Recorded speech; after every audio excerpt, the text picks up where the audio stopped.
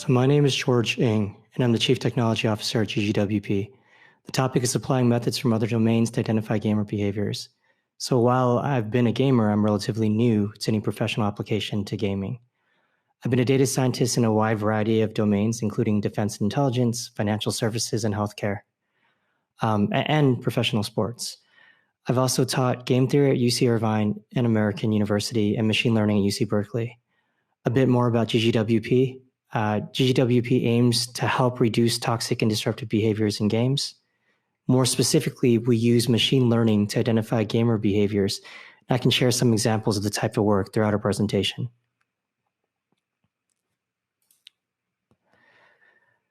Now, it goes without saying that context matters, not just in identifying particular expressions or events that may be of interest, but to try to factor in context in a scalable way where possible. A quick recap. Most of you are familiar with the Fair Play Alliance Disruptive Conduct Framework. We have 4 areas: expression, delivery channel, impact, and root cause. Expression is basically what form does it take? And here we look at detecting behaviors, and I walk through an example to start. The delivery channel, where does it happen in and around online games? We won't cover that here. Impact, who is affected by it and in what ways? What are the consequences? We talk a little bit more about this. And root cause, why does it happen and what does it express? So we start with looking at expression. And I'll give you a little bit of background in terms of how we think about building models. So there's top down, which starts with hypothesis. And on the left, you see a data scientist Venn diagram. So first I'll describe each component in it and why it's relevant. So in order to have a hypothesis requires domain expertise. And having the right mathematical background is helpful to translate a hypothesis into an appropriate test. So when dealing with large data sets and running things at scale, this requires engineering expertise. In gaming, obviously, because of machine capture, there's the potential for a lot of data. So let's look at some specific examples from industry. So suppose I'm trying to identify hackers. Domain matters because it's helpful to understand how hacking works and to understand the motivation of hackers. Is it a financially motivated attack, like with the crime syndicate? Is it a nation state trying to demonstrate strength? Is the goal entertainment, like with script kiddies? So cheating can be seen as a specific type of hacking that modifies a game. The point here is that the initial intuition gives us guidance on how to ultimately scope a research question. So what would relevant proxy data be for my question? How do I translate my question into data, in other words? Does that target data require additional collection? Does it require pre-processing, aggregation, normalization in some form? And ultimately, the statistical modeling helps inform how do we evaluate a hypothesis. The other approach that we look at here is bottom-up modeling, which basically is data mining or searching for patterns within data. Oftentimes, we don't know exactly what we're looking for. Even when we have a specific hypothesis, we can easily misjudge the distribution of behaviors. So for example, just because we know there's cheaters out there, we may not be aware of the different proportions, right? Most games you'll know aimbots because people are very sensitive to it. But maybe some other types are a little bit like things that just reduce gun recoil are less easy to detect initially because players don't report them as much. In general, bottom-up modeling is often used to identify the baseline in an environment. Common applications are like identifying cheats and fraud. In these cases, we first define normal to be able to use anomaly detection algorithms to then identify abnormally bad. We use both top-down and bottom-up modeling in our work, and I'll use it here to illustrate a single event detection example. So suppose we want to build a model that detects players wrongfully not reviving down teammates. Well, one definition of wrong is that the player did not perform some action that the designers intended, or that others perform regularly, or that improves game outcomes in some way. So let's use the second definition, right? So we're looking at normalcy. We first perform some basic data analysis, and we show the results in these charts. So the left chart illustrates, so on the y-axis, you see the distance to the enemy, and on the x-axis, you see the distance to the down teammate. We also capture how much time is left to look at a revive, and we break this up into 6 different charts. Blue dots represent revives that happened, and red dots represent cases where the teammate was not revived. So for the top row, we have a short time left to revive. We only see successful revives when the teammate is very close to the down teammate. When there's more time left on the bottom row, we can see that the upper left quadrants on the chart tend to be mostly blue. And what that means is that the player is relatively closer to the nearest teammate or relatively farther away from the opponent, which is what we'd expect. Note also that we do see much more variation when the time to revive increases substantially, which also is what we'd expect. The right chart summarizes information by showing the average probability to revive based on the distance to down teammate. The different colored lines illustrate our way of factoring in enemy distance here. This view really highlights the correlation between distance to a teammate and probability to revive. Even a very simplistic model clearly has some signal, right? But I think we can do a little bit better here. So we've confirmed our initial hypothesis that it's possible to predict the reviving likelihood. Here we further show that example by using concentric circles around the player to illustrate the probability of revive based on distance, right? And this overlay in a map, I think, really helps highlight this. We acknowledge that this is far from a perfect model. You know, the distance doesn't factor in like actual walking distance and sight lines and doesn't do well in buildings.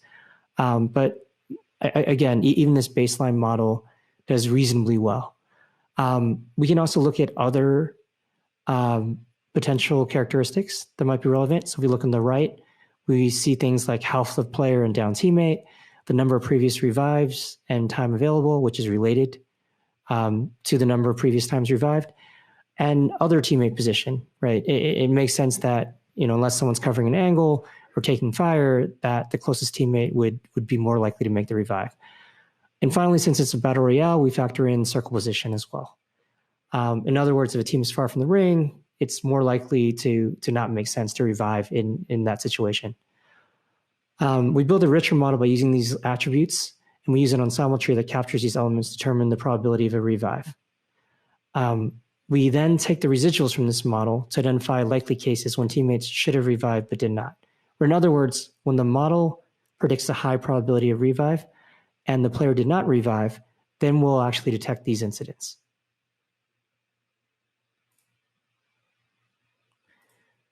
So next, I want to get a little bit deeper into context.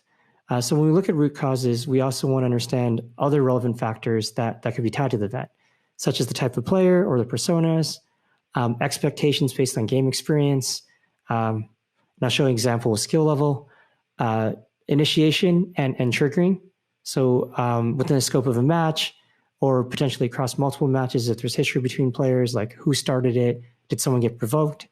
And then finally, the social factors and social environment. And what I mean here is just, you know, expectations when playing with friends is very different. If you're playing with the, you know, club, clan, or group, a full pre-made versus a partial pre-made and solo queue are all very different environments. So next, I'll illustrate some of these examples from games as well. So first thing I want to look at is personas. So the chart here shows different types of players as clustered by features such as damage and kills per second, average walk and loot speed. Depending on the game, we can also look at things like character selection, items and ability usage, health and ammo sharing, etc. Some of these just highlight skill differences. Others show differences about how a player likes to play the game. So using the non-revive example, does our view change really if the player tends to play support roles? It can, right? The expectation would be that this player would be more likely to revive in most cases. So we do want to come up with positive attributes as well. We want to make sure that we're just not rewarding certain types of play styles, unless it's, you know, good game design to reward those play styles for some reason. But ultimately, we do think that the persona could be a consideration, right? Different personas get triggered differently. Different personas react to situations differently. So we want to factor in these elements where possible. So what about expectations? Players often go into games with some expectation in how their teammates will and should play. Something that appears to be simply suboptimal strategy, or not following the meta at low ranks could really, be viewed as griefing in higher ranks. So how do we consider that difference? So this chart shows friendly fire proportions by rank and ability. Higher ranks as you go down. Unsurprisingly, more of the friendly fire occurs in lower ranks. There's some exceptions with Raze's Showstopper and Sova's Hunter's Fury, which if you play the game makes a bit of sense given the spread and impact of one, and Hunter's Fury, of course, goes across the entire map, basically. We factor in ranking experience where possible when we try to determine deliberateness. How that translates is usually we look at low rank situations very differently. Things are, require a certain level of experience of the game before you can see something as being deliberate. And this is supported when we look at the distribution of play behaviors and strategies and even character choice by rank. So what about initiation and responses? Well, we believe that this is very relevant and can help inform severity. Obviously, being triggered is different than being unprovoked. Here we provide some examples from the League of Legends Tribunal. These are from reports, so we expect more toxicity than average. Some interesting summary statistics to share. When we use simple models, such as just block list detection and word embeddings derived from them, we see that 35% of all players made some potentially offensive statement, and over 90% of these matches have more than one player making toxic statements. We also tagged some examples of what our models flagged. Even using our more conservative models that does leverage some game-specific language, still finds that over 50% of matches have more than one player making toxic statements. So not as high, but still very high. Also, to qualify things, I should note that not all statements are equally offensive, of course. There's general toxicity, which we're generously tagging here, but you can further filter to identity hate. You can look at targeted versus non-targeted. There's a lot of things that are criticizing gameplay. We also look at conversation level stuff, both negative, like with bullying, and positive with like mentoring and encouraging players. Not surprisingly, this gets harder and harder, right? It can be problematic to sift through the sarcastic, good jobs and unsolicited advice that isn't well received often in League.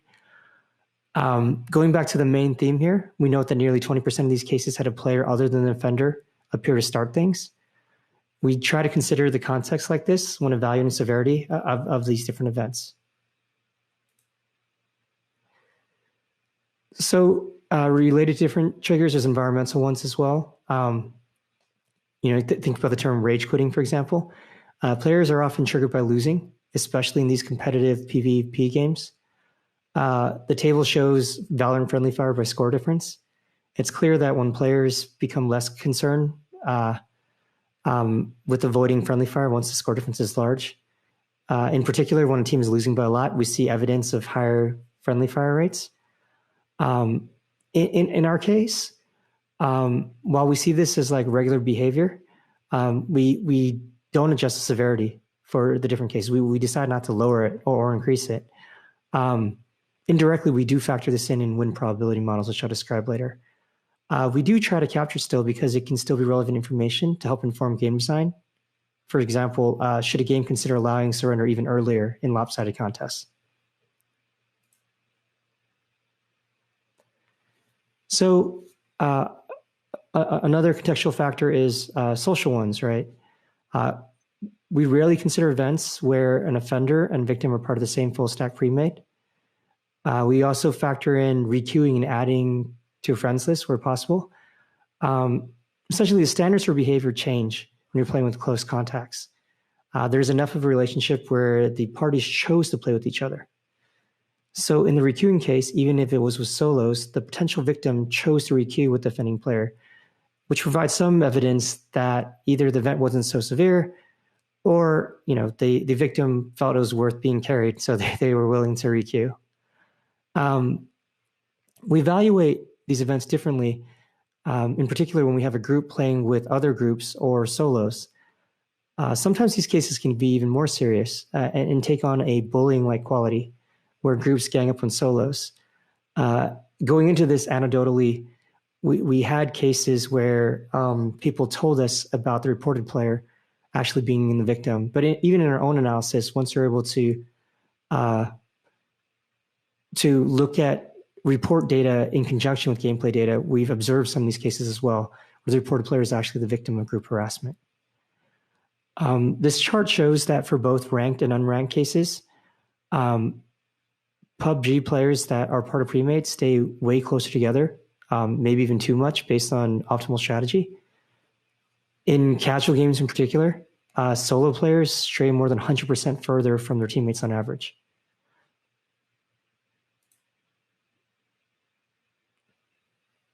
Another event severity consideration should be the impact to the victim.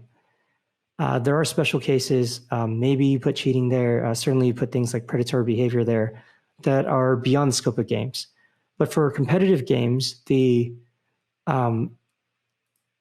primary consideration is just the focus on rank achievement. And in these cases, the timing of the event and impact on win percentage matter a lot. So we look at a few examples that highlight this. So the game state matters substantially. Griefing in general is bad, so friendly fire can be bad. On the chart on the left, what you see is an example of a case where the enemy's already cleared. You only see red dots left, which is one team. They are the defending team. You can see a green dot representing the spike in a game of Valorant. This means that the attacking team has been already cleared. Because the enemy has already been eliminated, friendly fire this time is very unlikely to cause the team to lose. And in this case, and in most cases, it does not. If you look on the chart on the bottom right, we can further see friendly fire by round. Note that the highest friendly fire rate occurs in round 12. Round 12 is the last round prior to a sides change, so you don't get to keep your weapons or abilities or economy. And note that this example occurred in round 12, so in this case, the victim didn't even have to rebuy shields and weapons. We should still make the argument that the victim's death impacted his or her KD ratio, so maybe it's not zero impact, but you can see that it's lower impact than in other potentially similar cases.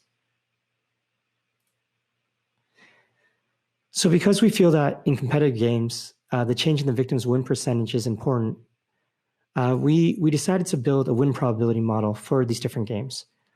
And the expected win percentage then will fluctuate throughout these games.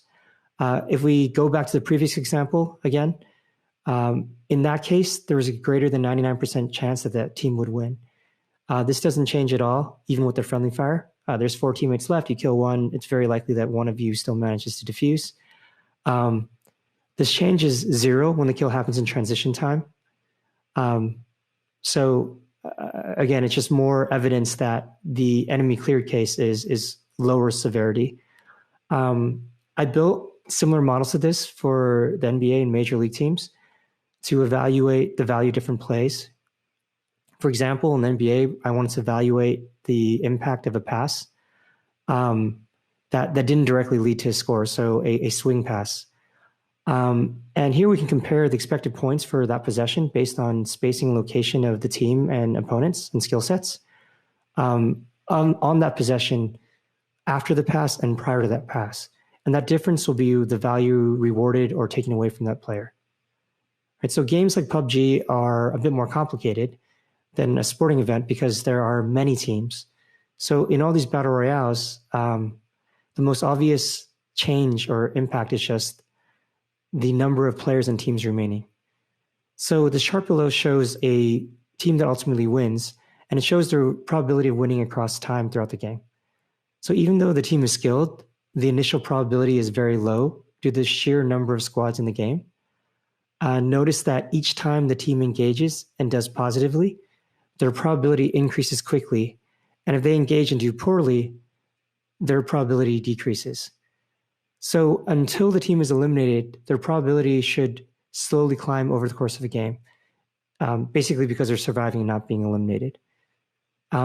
We build a model that also factors in the type of squad. So pre-mades generally have a bump because they have better communication although some games only match premates with premates, so it can be a moot point. Pre-game skill and in-game performance. The in-game performance idea usually is around momentum. So the concept of readiness to engage in Battle Royale is there. I think there's a more explicit one here. When you defeat or kill off other teams, you're often the ones to collect their loot. Also, we look at things like team health and equipment and distance from the circle. So let's go back to our non-revive example for a second. What would happen if the teammate decided not to revive a team, revive his teammate? What was the impact to that win percentage? So we can see that depending on the game state, that not revive could have made a big difference. So maybe we would want to use that as a severity consideration as well.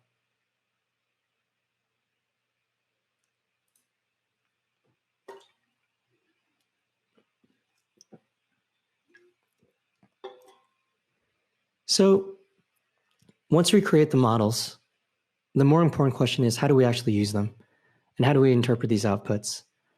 While the models will have the benefit of greater consistency and lower costs as compared to any form of manual review or moderation, all ML models will suffer from some inaccuracy with both false positives and false negatives. It's important to consider the ramifications of applying each model. False positives are going to be more impactful in different situations. For instance, for many consumer recommendation systems, the damage of recommending the wrong movie is fairly trivial. You can just stop the movie, you can watch something else, right? What about some financial service applications that I've worked on?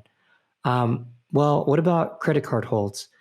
If you charge your credit card outside of your location, they'll often get blocked, right? People forget to note or inform the credit card company that they're traveling.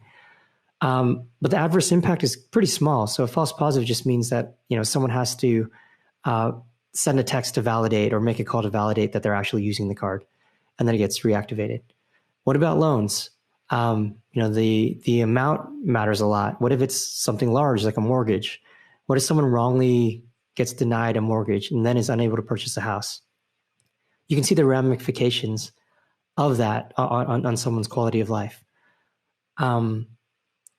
I've had the unique experience of working in a wide range of environments where models were applied with different stakes. The highest stakes were around threat identification, where a false positive could have led to a wrongful arrest or even possibly wrongfully taking someone's life. So in these situations, obviously, false positives have to be taken very seriously. And at best, models are just the components to inform a manual analyst's decision. So in general, what does this mean? What should we do? Well, in theory, we always want to build the best algorithms or best models. In practice, there are things like development costs and ongoing maintenance costs. For gaming, there may be further adverse game performance impact to store more events, right? In general, we're more willing to take on these costs when the stakes are high.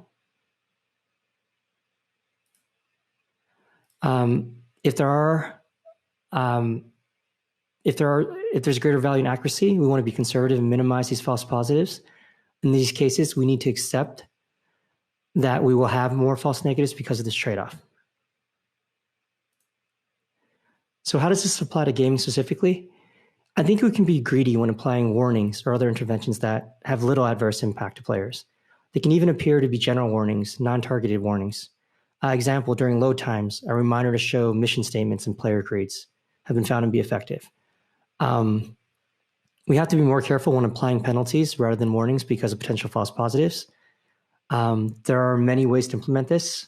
For example, we can apply access restrictions for different durations and different channels based on different severity levels listed here in these charts as illustrative examples. In general, higher severity again means that we should be more conservative when classifying events and players as bad. The most serious punishment in a game is generally to ban a player from all channels. We should note that a seasoned player who has spent a decent amount of money and time in a game will be much more impacted by a ban than a relatively new account. There isn't a single solution for everyone. We should consider the trade-offs by thinking carefully about each application and the type of players that would benefit and be adversely impacted by any proposed change. One partial solution that we considered is looking at reputation scores. So what if we're concerned with uncertainty of any single modeled event or report? Could we create a more complete view and look at players across time and across multiple games? So one solution is to create this holistic reputation score that would factor in inputs from multiple sources and events. This reputation score would be more complete and consistent since it considers different sources. So it wouldn't suffer any biases from a single event and would have more of the advantages of large samples. You could factor in, chat, audio, gameplay, and different types of group events together. While there still could be individual issues such as faulty reports, again, the larger sample size helps the system be right more on average. And while we could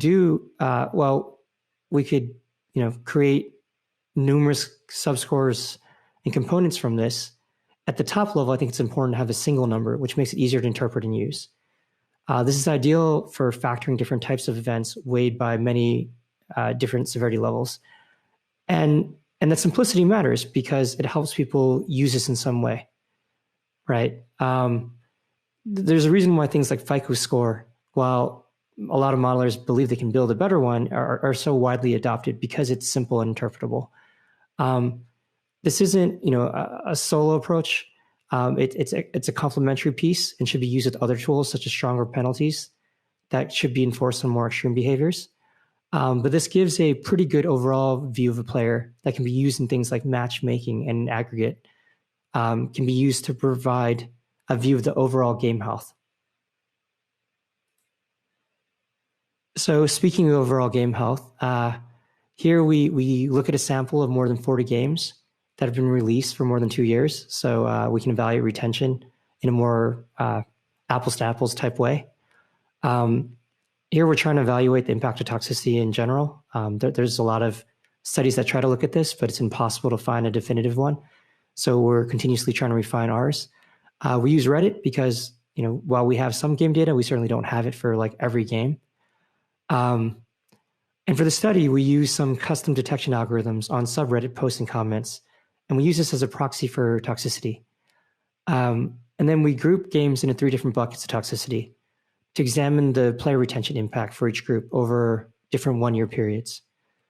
So when we compare to high toxicity, which not surprisingly has the worst retention, we find that medium toxicity games have about 10% higher retention. And low toxicity games have more than 16% higher retention than comparable high toxicity games. This is significant when we consider the number of players for some of these games and the revenue impact of even a few percentage points can have given games of this scale. This impact can further be amplified when we think about it across time, as retention rates can be compounded as some of these issues with retention aren't addressed by game teams.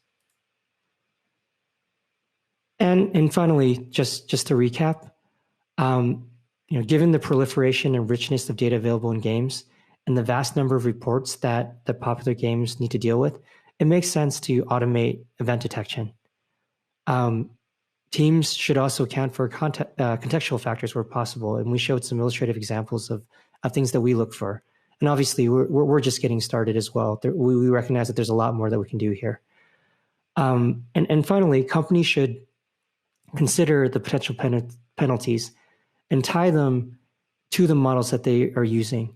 So they should consider the penalties that they plan to impose and optimize models to best support these use cases. If you stuck with me till then, again, thank you for your time.